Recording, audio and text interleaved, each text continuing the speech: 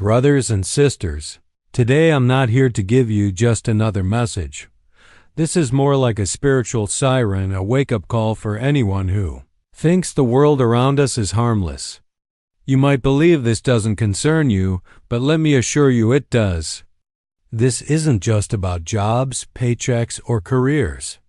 This is about influence, power, and the unseen hands pulling strings behind the curtain.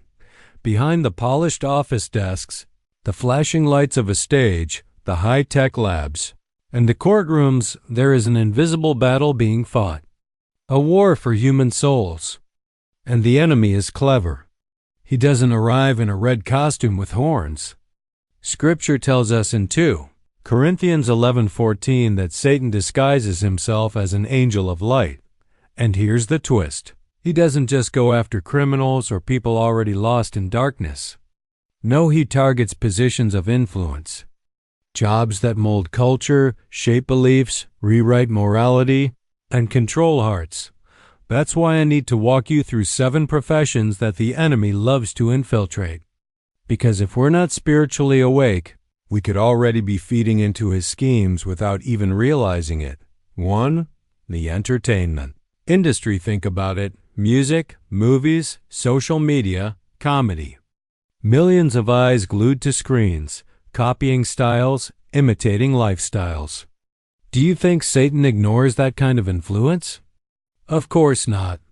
Entertainment today often functions like modern-day discipleship, shaping identities and planting ideas so deeply people don't even notice. Celebrities become the priests of culture, and when admiration turns into worship, the devil celebrates. He doesn't always need you to fall into obvious sin. Sometimes distraction is enough. If your life is consumed by meaningless jokes, songs that glorify rebellion, or films that paint evil as heroic, your attention has already shifted away from God. For entertainers, the danger is even sharper. Applause becomes louder than conscience, and the desire for fame outweighs truth. But talent is not for self-glory, it is sacred. Use it for light, not for darkness. 2. The media and news. Next comes the newsroom, the anchors, journalists, and reporters that millions trust. Yet Jesus called Satan the father of lies, John 8:44. And lies often travel fastest through media. It's not just what's reported, but what's repeated, emphasized, or conveniently ignored. Headlines can twist truth, portray Christians as extremists, and glorify sin in the name of progress. This isn't journalism. It's manipulation. If you work in media, remember, your voice can either honor God or echo the enemy. Will you tell the truth even if it costs you views? 3. The education system, perhaps the most dangerous battleground, schools and universities. Here, young minds are shaped, sometimes poisoned, through subtle deception dressed as knowledge. Ideas like relativism, godless evolution as fact, or gender confusion are planted early. Students are told to question the Bible but never to question worldly ideologies. Faithful children leave home believers and return skeptics. Jesus gave a severe warning in Matthew 18:6 about leading little ones astray. Teachers, professors, and educators carry enormous responsibility. They can either protect young faith or dismantle it. 4. Politics and government. Where laws are made, Satan sees opportunity. With smooth words and false promises, leaders trade truth for votes, redefining morality at the legislative level. Suddenly, biblical marriage is labeled hate, defending unborn life is called extremism, and public faith is treated as dangerous. The devil doesn't just fear governments, he infiltrates them. If you're called into politics, don't pursue power. Pursue service. Don't aim for applause. Aim for obedience to God. Earthly kingdoms fade, but his kingdom is eternal. 5. The financial world. Banking, trading, Wall Street, the lifeblood of global influence. Jesus said we cannot serve both God and money, Matthew 6:24. And Satan knows that money itself isn't evil, but the love of money is a root of all kinds of evil. 1 Timothy 6:10. Greed blinds compassion. People become numbers, not souls. Wealth becomes worship, and success replaces purpose. But finance doesn't have to be corrupt. Believers in this field can manage resources as stewards, using wealth to serve, not enslave. 6.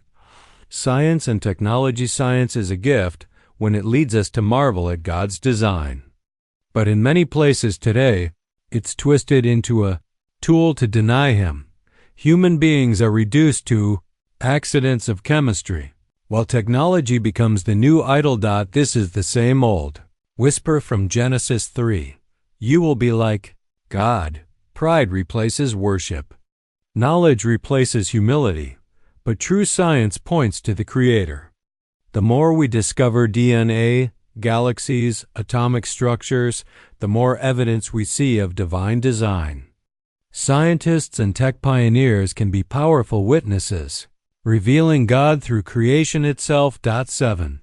The legal system. Judges, lawyers, lawmakers, those who decide what is just in society. Laws redefine morality. What God calls sin becomes legal, and what He calls righteous becomes hate speech. Proverbs 17:15 says, acquitting the guilty and condemning the innocent, the Lord detests them both, yet we see it daily. Innocence punished, truth buried, lies protected. If you serve in law, you hold the scales of justice. The world may pressure you to bend, but God's justice is unchanging. You answer to Him, not just to courts. Final call. These 7 fields all share one thing: influence. Satan doesn't need to tempt everyone directly. He just needs to corrupt those at the top. But here's the good news: when believers stand firm, reclaiming their careers for God's glory, the enemy loses ground. So if you work in these areas, don't run. Redeem. Don't quit. Stand. You are not just a teacher or journalist or artist or leader. You are a light bearer in dark places. Ephesians 6:12 reminds us, our struggle is not against flesh and blood, but against spiritual forces of evil in the heavenly realms. This is why we need God's armor, His Word and His Spirit every single day. The road of compromise is wide, but the narrow road leads to life. Matthew 7:13-14. Choose it, even if it costs you popularity. Even if it means standing alone. The world doesn't need more talented people. It needs anointed people. People who refuse to bow, who declare boldly, as for me and my house, we will serve the Lord.